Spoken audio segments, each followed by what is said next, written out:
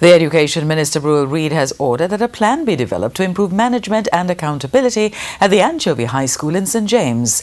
The Education Minister is also insisting that the incident at the institution is one that calls for a look at the management and not so much safety and security. TVJ's Anthony Lugg reports.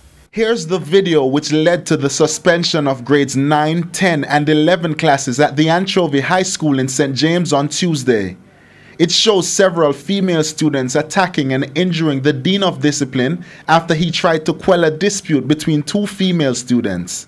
The video, which is being circulated on social media, has again raised the issue about safety and security in schools, with persons questioning whether the security guards on the compound could have intervened before the incident escalated. However, speaking at a press briefing at Jamaica House on Wednesday, Education Minister Ruel Reid addressed those claims. That had nothing to do with fencing or safety and security. It has to do with self-discipline where the students are concerned. And there is a remedy to treat with that, because the law allows, if students display certain behavior, there is a particular remedy that can be applied. That I don't see how the issue of resources for safety and security could arise.